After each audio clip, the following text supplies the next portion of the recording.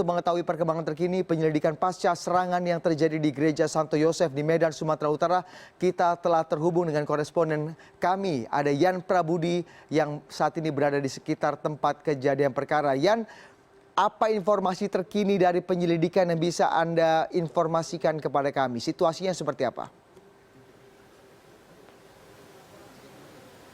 Ya, Budi, hingga saat ini belum ada keterangan lanjutan yang resmi dikeluarkan oleh pihak kepolisian terkait permasalahan atau terkait kasus penyerangan di Gereja Santo Yosef di Jalan Dr. Masyur Medan ini. Dan keterangan awal keterangan awal yang diberikan oleh Direktorat Reserse Kriminal Umum Polda Sumatera Utara tadi pagi, dan dalam keterangannya Direktorat Reserse dan Kriminal Umum Polda Sumatera Utara menerangkan tentang kronologi kejadian dan juga menyatakan bahwasannya pelaku mengaku bahwa dirinya disuruh oleh seseorang yang tidak dia kenali untuk melakukan penyerangan tersebut. Sementara ini informasi terkait kasus ini baru sampai di sana, selain kronologi tentu saja yang sudah diungkapkan juga oleh sejumlah saksi yang hadir di gereja tersebut. Dan tadi sore juga ada sejumlah tokoh yang sudah datang ke gedung Satuan Reserse Kriminal Polresta Medan untuk menanyakan atau terkait kasus ini.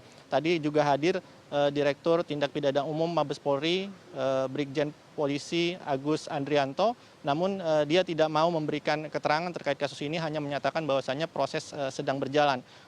Sesaat tadi juga anggota DPR RI Trimedia Panjaitan yang juga anggota Pansus Revisi Undang-Undang Terorisme baru keluar dari gedung Satuan Reserse Kriminal Polresta Medan, namun juga tidak mengungkapkan apa hasil perkembangan dari kasus ini, karena tadi di awal kami sempat mewawancarai dan dia berkata bahwa kedatangannya adalah untuk melihat bagaimana perkembangan penyelidikan yang dilakukan oleh pihak kepolisian.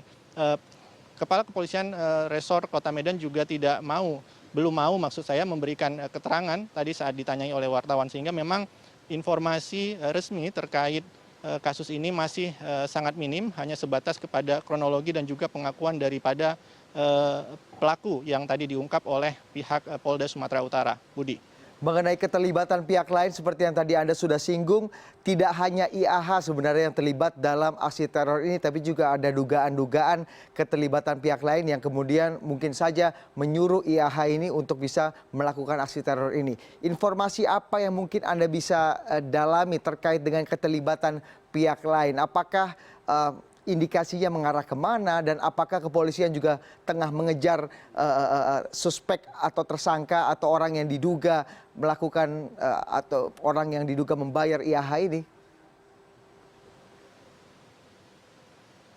Ya, Budi, informasi yang saya terima memang pihak kepolisian, dalam hal ini Kepolisian Resort Kota Medan dan juga Kepolisian Daerah Sumatera Utara sedang mengerahkan tim khusus untuk mencoba mencari tersangka lainnya atau orang yang kemungkinan menyuruh atau terlibat dalam aksi penyerangan ini, karena diduga tidak hanya IHH yang terlibat atau menjadi pelaku, karena mungkin dia disuruh atau ada komplotan lain yang terlibat. Namun sampai saat ini memang belum bisa diketahui apakah ini ada hubungannya dengan pihak-pihak lain atau sel-sel terorisme yang saat ini sedang melakukan aksi terornya di sejumlah daerah di Indonesia.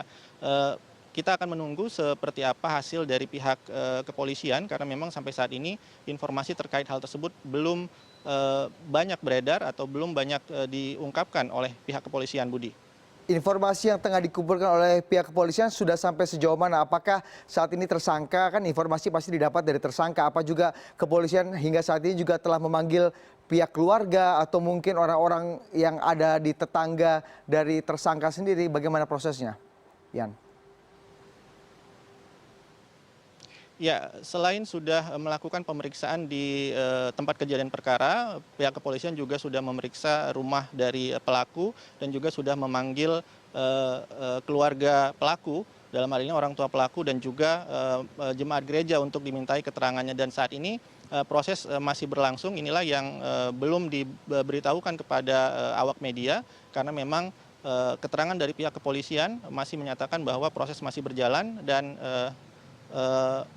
nanti akan diungkapkan sebenarnya seperti apa kasus ini, Budi.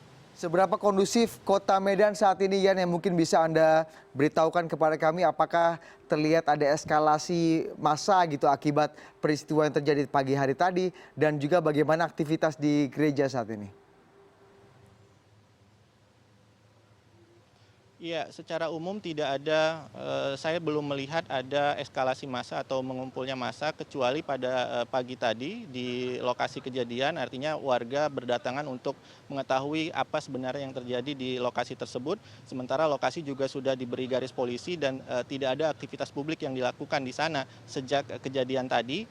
Dan setelah itu siang tadi juga pihak kepolisian sudah berusaha untuk mengurai atau membubarkan warga yang berkumpul di sekitar lokasi, dan lokasi juga sudah berangsur sepi, artinya aktivitas berjalan normal seperti biasa. Namun memang di lokasi pihak kepolisian masih berjaga, termasuk juga di sejumlah gereja di Kota Medan dilakukan penjagaan untuk mengantisipasi adanya aksi-aksi atau hal-hal yang tidak diinginkan, Budi. Baik, Yan, kami terus menunggu perkembangan terkini informasi dari Medan, Sumatera Utara. Terima kasih atas informasi terkini dari Anda.